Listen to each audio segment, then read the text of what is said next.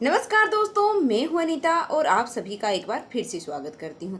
दोस्तों, आज की वीडियो में हम भगवान जगन्नाथ जी और माता लक्ष्मी की एक बहुत ही सुंदर और पौराणिक कथा का श्रवण करेंगे। तो आप सभी भक्तगण पूरी श्रद्धा और भक्ति भाव से इस कथा को पूरा अवश्य सुनिएगा। तो चलिए शुरुआत करते हैं। हरे कृष्णा। जगन्नाथ जी और देवी लक्ष्मी के बीच कुछ खट्टी मीठी कथा जिसे इतना बड़ा रूप ले लिया। आखिर लक्ष्मी देवी ने जगन्नाथ जी को श्राप दे दिया। उड़ीसा में एक प्रथा है, हर वर्ष मार्गशीर्ष मास के प्रत्येक गुरुवार के दिन यहाँ महिलाएं लक्ष्मी देवी की एक विशेष पूजा अर्चना करती हैं और स्वयं लक्ष्मी देवी भी इस दिन जगन्नाथ जी की आज्ञा से पूरे मंदिर को छोड़ करके अपने भक्तों के घर में उन्हें आशीर्वाद देने के लिए जाती हैं। एक दिन इसी समय के दौरान लक्ष्मी देवी एक वृद्ध ब्राह्मण महिला का रूप धारण करके और अलग अलग घरों में जाने लगी। उन्होंने देखा कि प्रातः का समय है और कभी ही बीत गया है, लेकिन फिर भी एक बड़े व्यापारी के घर में उसकी स्त्री है अभी सो रही है, इसलिए घर में सफाई भी नहीं हुई है और ना ही पूजा हुई है। यह देखकर लक्ष्मी देवी उस व्यापारी के घर के अंदर गई और वहां पर उन्होंने एक वृद्ध महिला से कहा कि अरे, आज तो लक्ष्मी देवी की विशेष पूजा है और आपके घर की स्त्रियां अभी तक सो रही हैं, यह अच्छी बात नहीं है।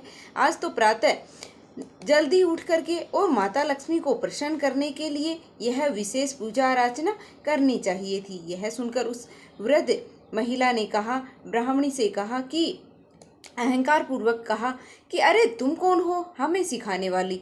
हमारे ऊपर तो पहले से ही लक्ष्मी देवी की बड़ी कृपा है, हमें कोई ज़रूरत नहीं है ऐसी पूजा वूजा करने की।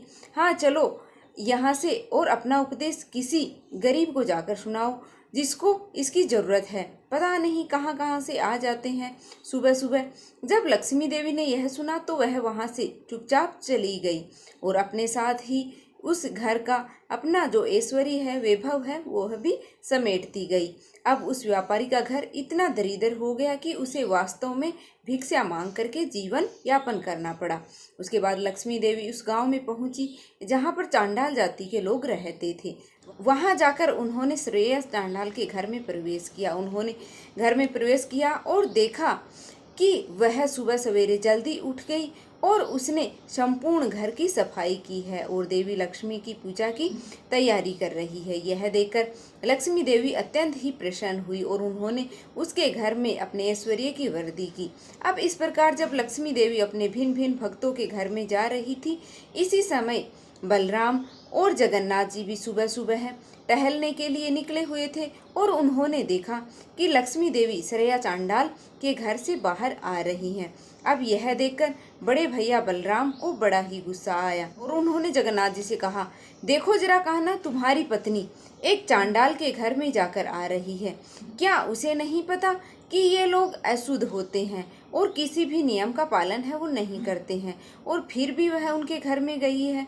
नहीं नहीं, अब वह हमारे मंदिर में प्रवेश करने योग्य नहीं रही, इसलिए अब तुम्हें अपनी पत्नी लक्ष्मी देवी का त्याग करना होगा। यह सुन करके और जगन्नाथ जी हैं वो चौंक गए। तो अब देखिए, यहाँ पर मैं आपको एक बात स्पष्ट करना चाहूँगी कि यहाँ चांडाल जाति का अर्थ है जन्म से नहीं है कि कर्म से है, अर्थात चांडाल कोई जन्म से निकली जाती नहीं है। अभी तो ऐसे लोग हैं जो वैदिक धर्म और निर्देशों का पालन है वो नहीं करते हैं, जो कि अवैध कार्यों में लगे रहते हैं, फिर चाहे वो उच्च जाति के ब्राह्मण कुल में जन्मे हो या फिर निम्न जाति के। इसलिए यह मत सोचिएगा कि बलराम जी निम्न जाति की उपेक्षा कर रही हैं। चलिए अब आगे बढ़ते हैं। अब जगन्नाथ जी अपने भाई की इस बात को सुना तो उन्हें बड़ा ही आश्चर्य हुआ। उन्होंने अपने भैया बलराम जी को समझाने का प्रयास किया और कहा, लेकिन भैया, लक्ष्मी देवी ने तो इसके लिए पहले से ही मुझसे अनुमति ले ली थी कि आज के दिन वो अपने भक्तों के घर जाएंगी और उनकी पूजा तो कोई भी कर सकता है ना, फिर वह एक ब्राह्मण और एक चांडाल में भेदभाव कैसे कर सकती है? ऐसा मत कहिए भैया। लेकिन नहीं नहीं, बड़े भैया तो बड़े भैया हैं, फिर उन्होंने जो कह दिया सो कह दिया, तो इसलिए उन्होंने कान्हा से कहा कि उसका पालन करो, अपनी पत्नी का या तो त्याग कर दो और या फिर मुझे ही यहाँ से छोड़कर है वो जाना पड़ेगा। उसकी बात को मजाक में लेने का प्रयास करते हुए कहा कि चलिए भैया छोड़िए ना, अब इस बातों को, मुझे बहुत भूख लग रही है, चलिए जल्दी से पेट पूजा करते हैं। वैसे ही आपने सुबह सुबह है मुझे इतना चलाकर थका दिया, चलिए वापस मंदिर चलते हैं, हमारा भोग भी तैयार हो गया होगा। लेकिन नहीं, यह तो बड़े भैया है ना, उनको आप इतना घुमा कैसे सकते हैं। तो बलराम जी अपनी बातों पर अड़े हुए थे। उन्होंने साफ साफ शब्दों में जगन्नाथ जी को अपना निर्णय है वो सुना दिया। इस प्रकार से मूर्ख बनाने और अपनी बातों में उलझाने का प्रयास मुझे मत करो ना, नहीं तो तुम्हारी चतुराई में समझता हूँ तुम, इसलिए मेरा यह अंतिम निर्णय है कि या तो तुम अपनी पत्नी लक्ष्मी देवी को इस मंदिर से निकाल दो और या फिर मैं ही चला जाता हूँ यहाँ से। उधर बलराम जी हैं वो चल पड़ते हैं, हमारे प्यारे जगन्नाथ जी हैं वो फंस जाते हैं। एक तरफ बड़े भैया और एक तरफ आज्ञाकारी पत्नी। अब क्या करें बेचारे जगन्नाथ जी। लक्ष्मी देवी को उन्होंने बुलाया और उनसे कहा कि पत्नी, क्योंकि आज के दिन आप चांडाल के घर गई थी, इसलिए बड़े भैया हैं बलराम जी, उनकी आज्ञा है कि आप इस श्री मंदिर में प्रवेश है वो नहीं कर सकती हैं।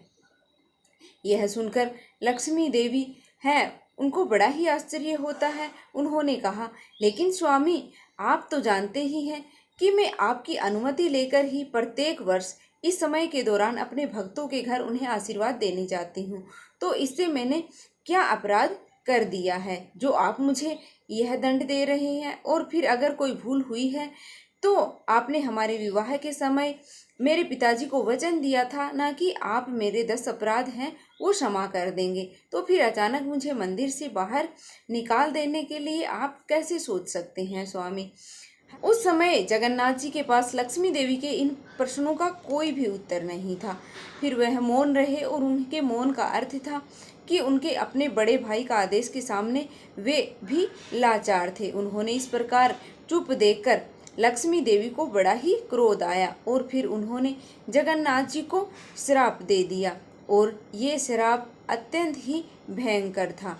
उन्होंने जगन्नाथ जी से कहा कि अगले 12 वर्षों तक आपके पेट भरकर है वो आपको भोजन प्राप्त नहीं होगा और अंत में आपको मेरे हाथों से बने हुए भोजन को ही स्वीकार करने के बाद ही संतुष्टि मिलेगी। बस इतना करके लक्ष्मी देवी अपने सेवकों के साथ श्री मंदिर को छोड़कर चली गई।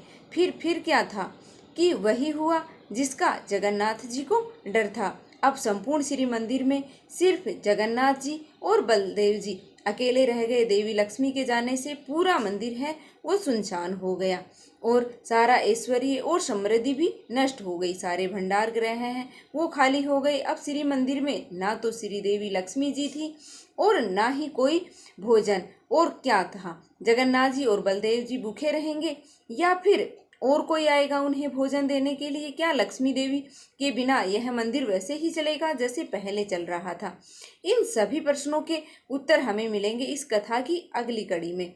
तब तक के लिए आपको यह कथा का पहला हिस्सा अच्छा लगा हो तो इसे लाइक करके अपने परिवार और फैमिली के साथ शेयर करें, अपने दोस्तों के साथ शेयर करें और अभी तक आपने इस चैनल को सब्सक्राइब नहीं किया तो अभी कर लीजिएगा, वरना कि आप इस कहानी की अगली कड़ी है वो मिस कर देंगे। तो मिलेंगे आपसे फिर से एक और नई कहानी के साथ। तब तक के लिए धन्यवाद। माता लक्ष्मी और जगन्नाथ जी की कृपा है वो आप और आपके परिवार पर सदा सर्वदा बनी रहे।